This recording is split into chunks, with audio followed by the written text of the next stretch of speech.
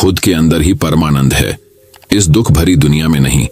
सुख ना ही पैसों में है, ना लोगों में, ना इस दुनिया में केवल दुखी दुख है।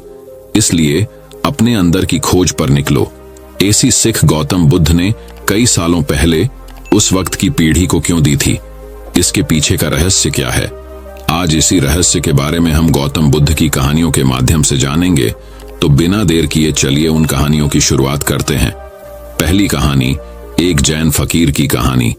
एक बार एक जैन फकीर को उनके कुछ मित्रों ने खाने पर बुलाया। जापान की घटना है। 7 मंजिला इमारत थी जहां वे ठहरे हुए थे। 7वें में मंजिल पर ही उस घर के मालिक, उस गृहपति ने सारी व्यवस्था कर रखी थी। उस गृहपति ने अपने और भी बहुत से दोस्त हैं और सितारों को बुलाया था। सभी उसके साथ में मंजिल पर बैठकर उस जैन फकीर की बातें सुन रहे थे। तभी अचानक भूकंप आ गया। जापान में भूकंप आते भी बहुत है। जैसे ही भूकंप के झटके महसूस होने शुरू हुए, सभी उठकर भागे। दरवाजे और सीढ़ियों पर बहुत भीड़ हो गई। करीब 100 के आसपास लोग थे। सभी भाग रहे थे। वो गृहपति भी भाग ही रहा था कि वह सीढ़ियों में फंस गया। तभी अचानक उसे याद आया कि कार्यक्रम के मुख्य अतिथि वे जैन फकीर तो कहीं दिख ही नहीं रहे। कहीं वे कमरे में ही तो फंसे नहीं रह गए। वो उन्हें देखने वापस कमरे में गया। उसने देखा तो वो देखकर दंग रह गया। वे जैन फकीर तो पलथी मारे आंख बंद किए एकदम शांत चित्त से बैठे हुए थे। ऐसा लग रहा था जैसे बुद्ध की शांति से भरी प्रतिमा हो। चारों तरफ हाहाकार और हल्ला मचा हुआ था। भूकंप के झटके महसूस हो रहे थे। सभी अपनी जान बचाकर अंधाधुंध भाग रहे थे। बिल्डिंग में भी भूकंप के झटके महसूस हो रहे थे, लेकिन यहाँ यह फकीर तो बिना विचलित हुए ध्यान में मग्न थे। उस फकीर की चेहरे की शांति उस गृहपति को अपनी ओर चुंबक की तरह खींच रही थी। उसका रूप, उसकी शांति, उसका आनंद सम्मोहित कर लिया गृहपति को। खींचा चला आया जैसे कोई चुंबक से खींचा चला है। आकर बैठ गया फकीर के पास। भूकंप आया और गया। कुछ देर बाद जैन फकीर ने अपनी आंखें खोली और भूकंप की वजह से जिस जगह पर उनकी बात रुक गई थी, उसी जगह से उन्होंने अपनी बात दोबारा शुरू की। गृहपति ने कहा, महाराज, अब मुझे कुछ भी याद नहीं कि हम क्या बात कर रहे थे और कहां पर हमारी बात रुक गई थी। सारे शहर में हाहाकार मचा हुआ है। सभी अपनी अपनी जान बचाकर भाग रहे हैं। इतना बड़ा भूकंप, इतना बड़ा झटका आया। अब तो इसके बाद मुझे यह भी याद नहीं है कि हम किस बारे में बात कर रहे थे। इसलिए आप कृपया करके वह बातें दोबारा शुरू ना करें और अब वह बातें मैं आपसे पूछना भी नहीं चाहता हूं। जैन फकीर ने कहा, अब तो मैं आपसे कुछ और ही पूछना चाहता हूं।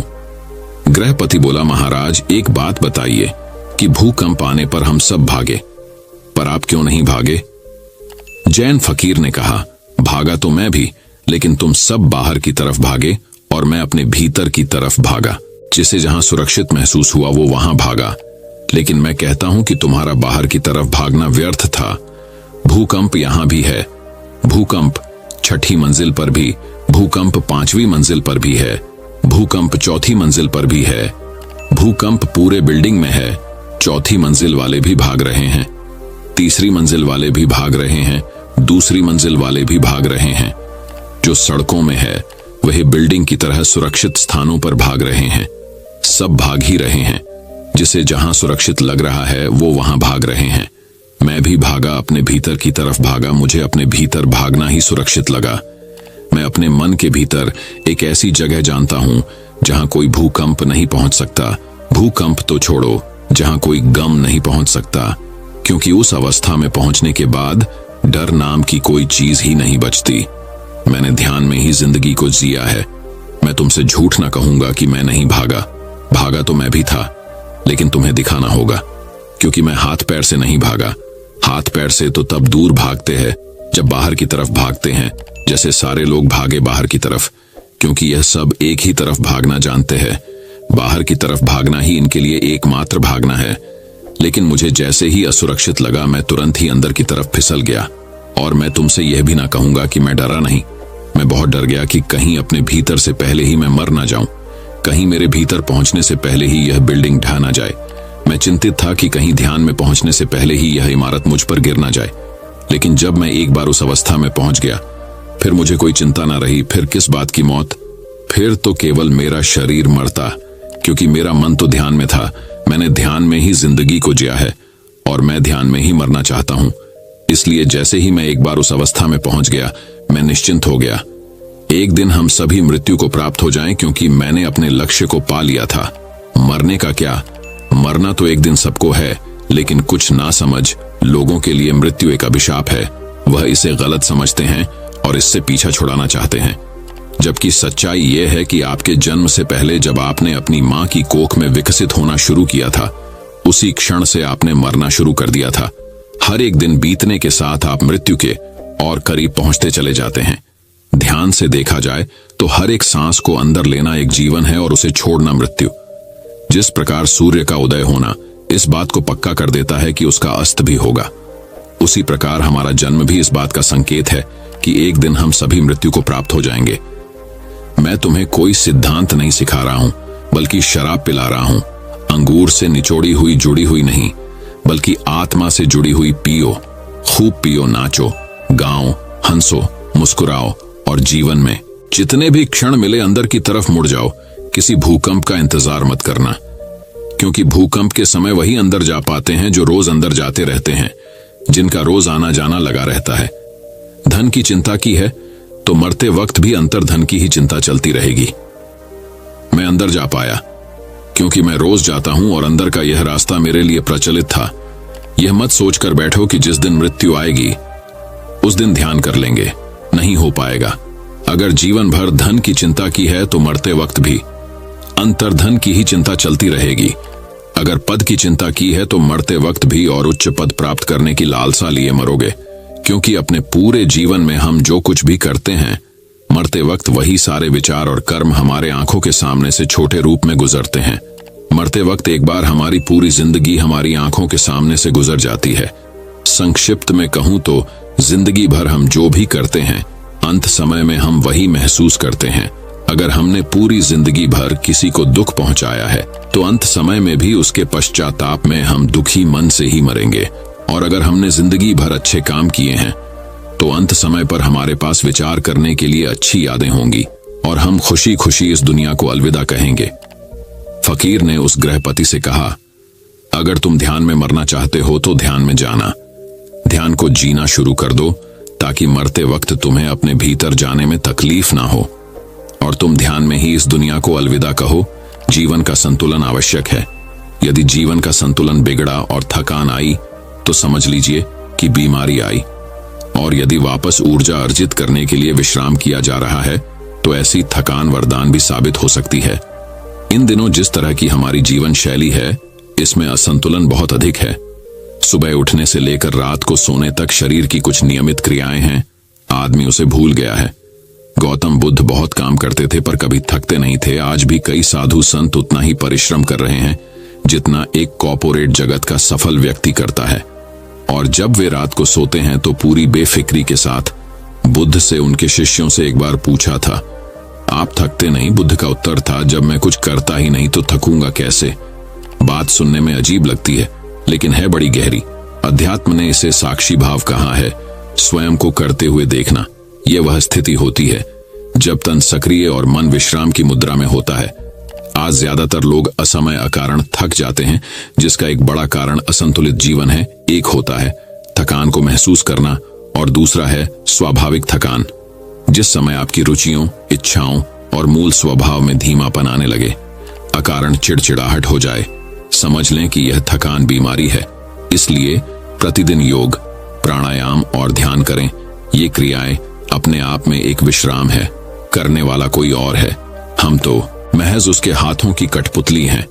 यह मनोभाव भी थकान को मिटाएगा। क्या दिक्कत है ऐसा सोच लेने में? तो अब दोस्तों चलिए बढ़ते हैं हमारे गौतम बुद्ध की दूसरी कहानी की तरफ। दूसरी कहानी, एक दिन ठेले पर भार अधिक होने के कारण रामू उसे ठीक से संभाल नहीं पाया और तेज गति से आती ट्रक से भिड़ गया। अगले ही पल उसकी मौत हो गई और उसके पीछे रह गई उसकी पत्नी जानकी और दो छोटे छोटे बच्चे गुड्डी और गुड्डू। एक तरफ रामू का अंतिम संस्कार किया जा रहा था और दूसरी तरफ उसके बच्चे बिलख रहे थे। नहीं इसलिए नहीं कि पापा मर गए थे, वे तो भूख से बिलख रहे थे। उन्होंने कई दिनों से पेट भर खाना नहीं खाया था और आज तो मुंह में एक निवाला भी नहीं गया था, सो भूख से रोए जा रहे थे। माँ माँ कुछ खाने को दो ना, माँ बड्ढी भूख लगी है माँ।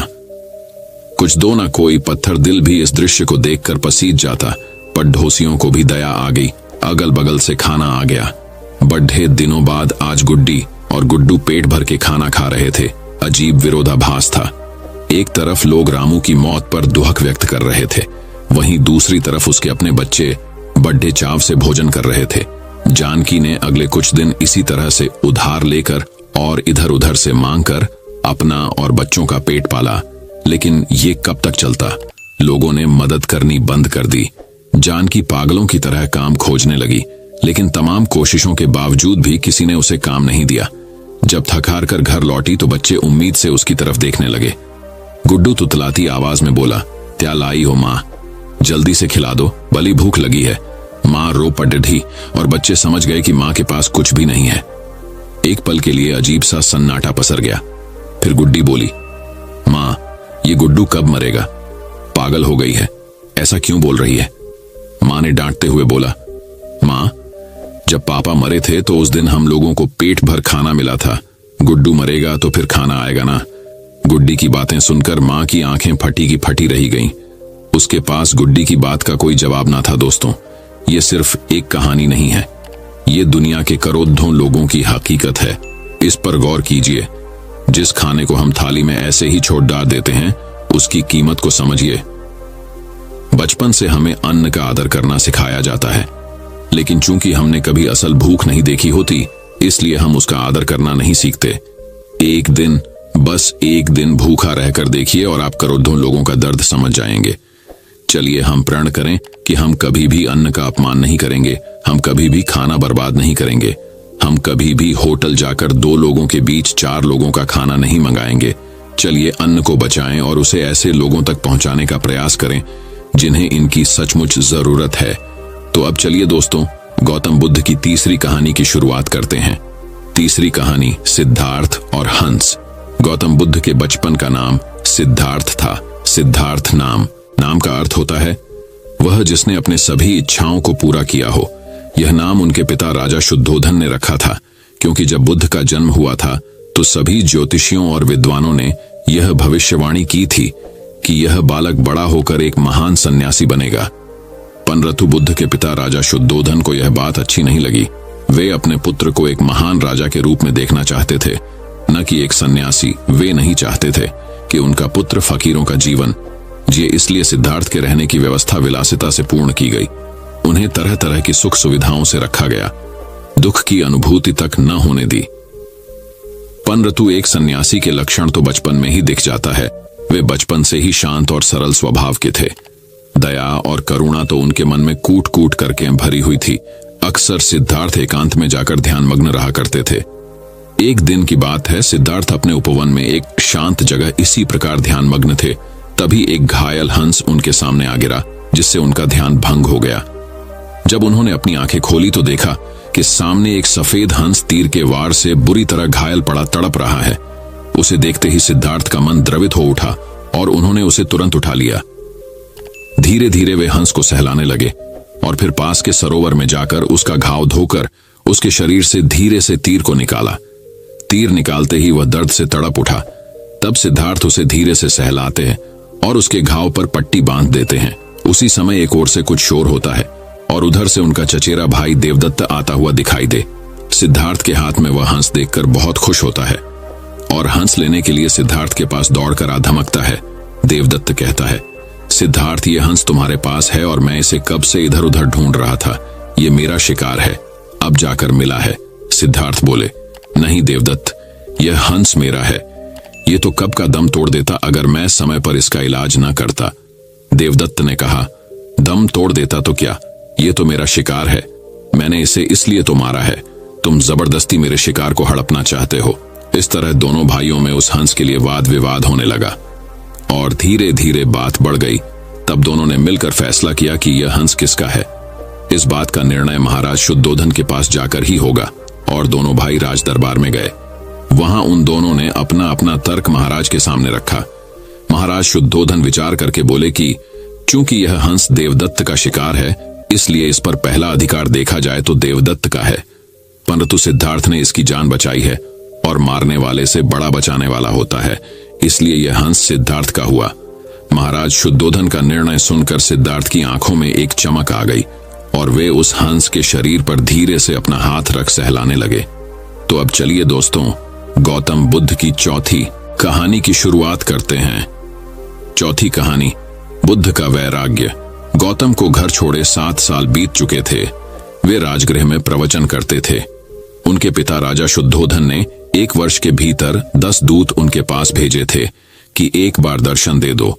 वे कपिलवस्तु पहुंचे।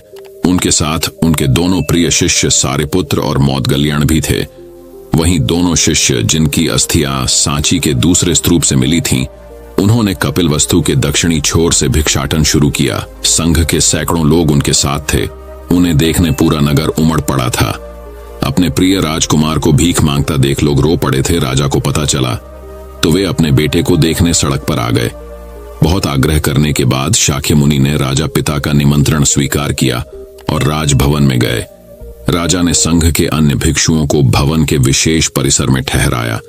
जब शुद्धोधन शाक्य मुनि का हाथ पकड़कर चल रहे थे तो अवश्य ही उनके चेहरे पर पिता होने का वह भाव आया होगा जो पुत्र का मार्गदर्शक होने के नैसर्गिक अधिकार से भरा होता है। खुद शाक्य मुनि इस अधिकार में हस्तक्षेप नहीं कर सकते थे। भवन में राहुल की माता यशोधरा के पास भी तुरंत यह संदेश पहुंचा कि गौतम लौट आए हैं, वे जाएं और अपने पति से मुलाकात करें। लेकिन यशोधरा ने इनकार कर दिया। गौतम उसे छोड़कर गए थे, आज लौटे हैं तो वह क्यों जाए भला उनका सत्कार करने। यशोधरा ने संदेश भिजवाया, यदि एक पल के लिए भी आर्यपुत्र ने मुझ में कोई गुण देखा हो तो वे स्वयं इस कक्ष तक आएंगे जहां से वे आधी रात बिना बताए चले गए थे। तथागत राहुल माता का संदेश पाकर उनके कक्ष की ओर बढ़े। उन्होंने दोनों शिष्यों से कहा, वे कुछ भी कहें कुछ भी करें, तुम दोनों शांत रहना, कोई प्रतिक्रिया मत करना, उन्हें सुरुचिपूर्ण वंदना करने देना। कमरे में तथागत अपनी शैली में बैठ गए। सारिपुत्र हमेशा की तरह उनकी दाईं और मौदगल्यायन उनकी बाईं ओर बैठे। यशोधरा आई, वे राजकुमारी नहीं दिख रही थीं। उन्होंने तथागत के चरण स्पर्श किए और उनके सामने बैठ गईं। कमरे में शांति थी। तभी राजा शुद्धोधन कमरे में आए। बेटे बहू को आमने सामने देख उन्होंने बेटे से कहा, भंते। यशोधरा ने सुना आपने काषाय वस्त्र धारण किया है तो उसने काषाय वस्त्र पहन लिए। उसने सुना आप एकाहारी हो गए हैं, वह भी एकाहारी हो गई। आपने उत्तम पलंग पर सोना त्याग दिया है तो इसने भी त्याग दिया। आपने माला का त्याग किया, गंध का त्याग किया तो इसने भी वह सब त्याग दिया। मायके वाले इसे संदेश भेजते हैं, वे इसे ले जाना चाहते हैं, लेकिन यह यहीं रहती है। इसी कक्ष में यह गुण की मूर्ति है। राजा स्नेह से अपनी बहू को देखते रहे। अचानक तथागत उठे, उस कक्ष से बाहर चले गए। शाक्य मुनि ने शिष्यों को शांत रहने को कहा था, लेकिन वे स्वयं उस कक्ष से बाहर चले गए। मैं हमेशा सोचता हूं उस पल क्या हुआ होगा, उनके मन के भीतर कैसे कैसे विचार उठते होंगे। क्या संबोधि एक लघु क्षण होता है, क्या दीर्घ क्षण? क्या संबोधि एक अनंत अभ्यास है? क्या संयम उसका गरुड़यान है? धम्मपद का 13वां श्लोक बार बार याद आता है, यथागारम दुछेन बुट्टी समति विभजति एवं अभावितम चित्तम राघो समति विभजति। घर की छत मजबूत न हो, सही तरह से उसे घास फूस से ढका न गया हो तो बरसात के दिनों में उसमें से पानी रिसता है, घर भर में फैल जाता है। उसी तरह ध्यान और एकाग्रता हमारे व्यक्तित्व की छत है। ध्यान और एकाग्रता जीवन को सार्थक करते हैं। दोस्तों, मैं उम्मीद करता हूं कि यह कहानी सुनने से आपके जीवन में अच्छे बदलाव आए होंगे। आपको इस वीडियो से क्या सीखने मिला ये कमेंट करके जरूर बताएं और अपने परिवार, दोस्तों या आपके करीबी इंसान के साथ ये कहानी शेयर करके उन्हें भी इस ज्ञान से परिचित करवाएं।